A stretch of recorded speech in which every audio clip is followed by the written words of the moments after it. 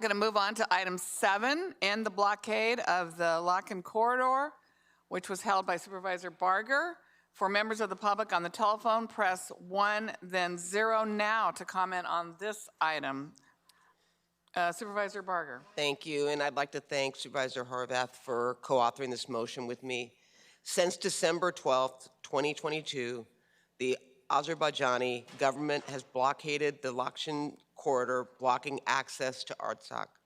The Armenian name of this corridor is Berzor, and I think that's important to put on the record. The Armenian name is Berzor corridor.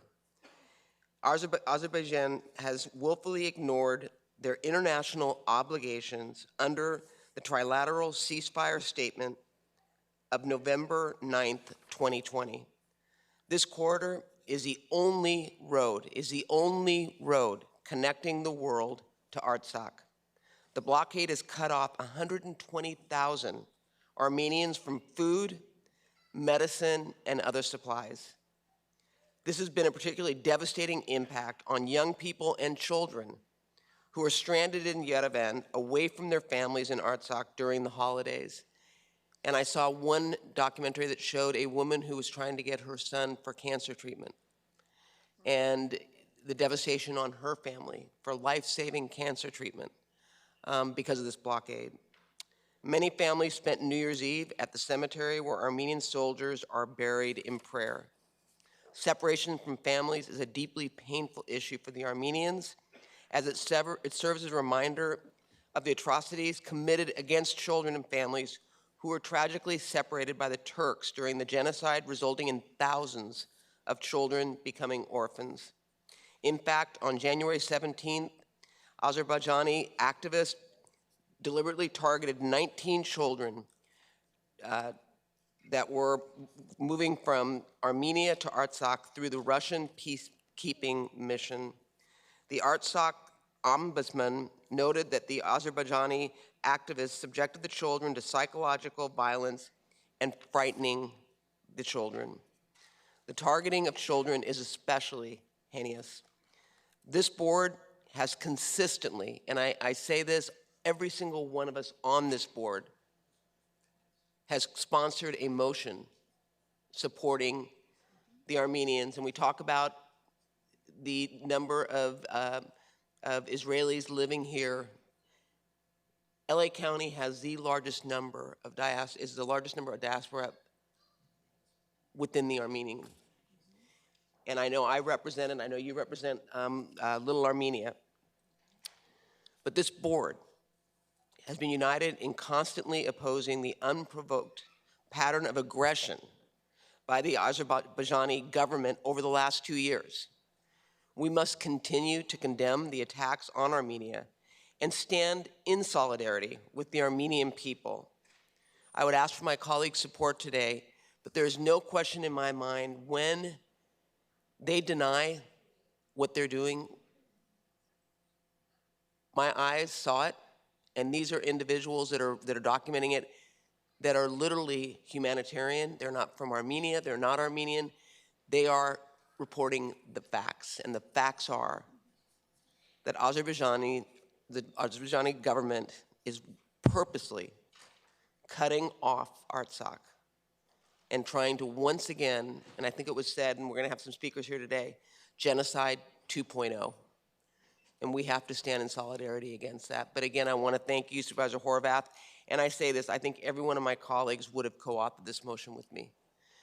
So with that, I know we've got speakers here who are far more articulate because they speak from the heart, because they are and have family members that are impacted. Thank you, Madam Chair. Thank you.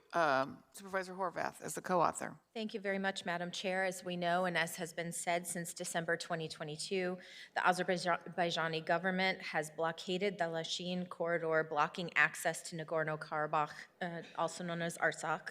The blockade has cut off 120,000 Armenians, including 30,000 children, 20,000 elderly, from food, medicine, and other supplies. The actions by the Azerbaijani government continue a long pattern of aggression And it's sad that we have to keep speaking out on this issue because we have been calling it out, and we know today and every day more must be done. In March 2022, Azerbaijani armed forces forced the displacement of more than 400 people from Artsakh, and since May 2021, Azerbaijani armed forces have continuously attacked the Republic of Armenia and occupied its internationally recognized sovereign territories. The ongoing humanitarian crisis created by the Azerbaijani government must stop. We must demand the immediate reopening of the Lachin corridor and access to Nagorno-Karabakh. That United States and United Nations must also provide humanitarian assistance for Armenian people impacted by this blockade of the corridor, including food, supplies, and medical assistance. And the UN Security Council must also introduce a resolution to establish a United Nations peacekeeping mission.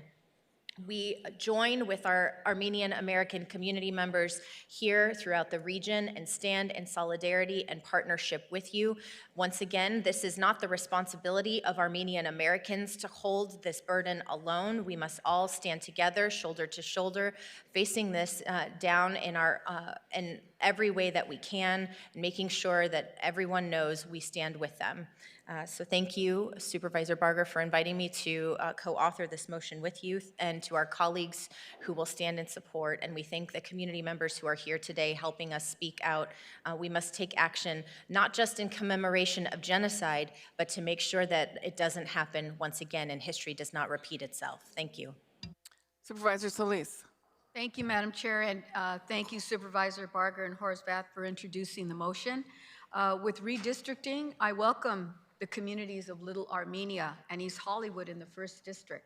And Armenia is one of the largest communities in Los Angeles County by far. We know that. We've worked with many of you in the community for many years, and I'm proud to have represented you in Montebello and Pico Rivera, and now in Little Armenia. And one of our, I think, cathedrals in Montebello is 100 years old. The Armenian Holy Cross Cathedral that stands is also very prominent in our communities.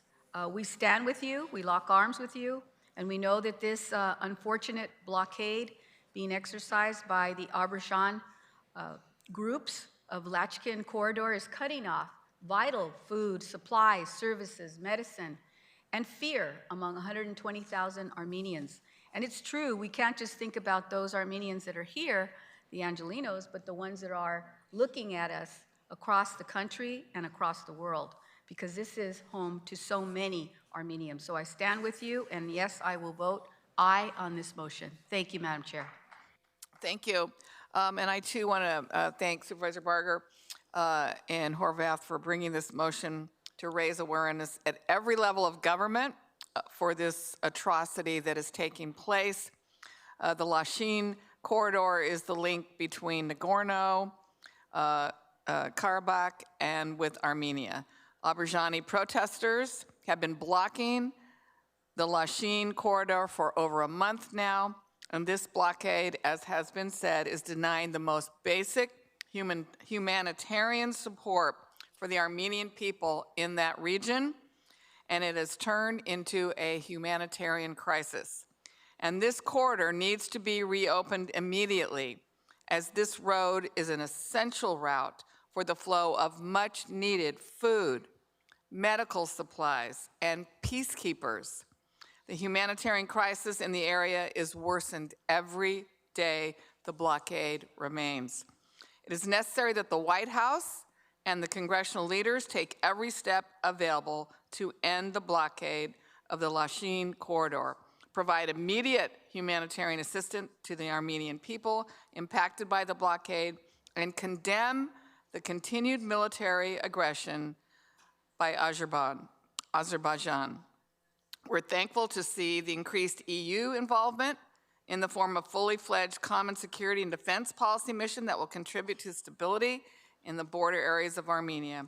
And the statement made yesterday by U.S. Secretary of State Antony Blinken that urged the Azerbaijani president to reopen this corridor, warning that a blockade of the corridor could undermine peace efforts between the two countries, is a welcome statement. Countless lives have already been lost, and are in danger. We urge the Biden administration to use maximum pressure and even sanctions towards efforts to achieve peace in the region. And now I believe my, did I call on you? No, not yet. I'm sorry. Supervisor Mitchell. It's okay, Madam Chair. I was actually late pushing my button. I just wanted to say, of course, I'll be supporting today's motion, but I just had to say that in 2023, the fact that we are still experiencing worldwide people on sovereign land being attacked and warlike tactics like, blockades that prevent